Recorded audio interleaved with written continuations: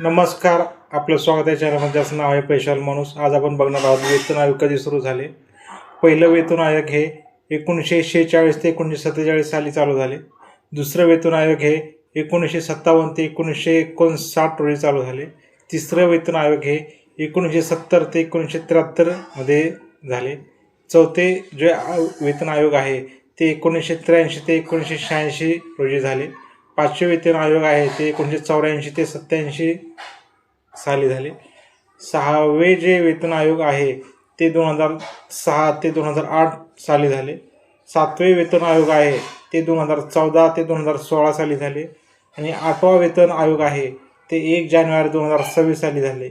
आठवा वेतन आयोग पूर्णपणे लागू होण्यासाठी अजून एक थोडा काही काळ लागू शकतो. पण आजची माहिती तुम्हाला कशी इन्फॉर्मेटिव्ह वाटली आणि कशी तुमचं काय म्हणणं आहे हे मला कमेंटमध्ये नक्की सांगा. आणि थांबा, सबस्क्राईब करा.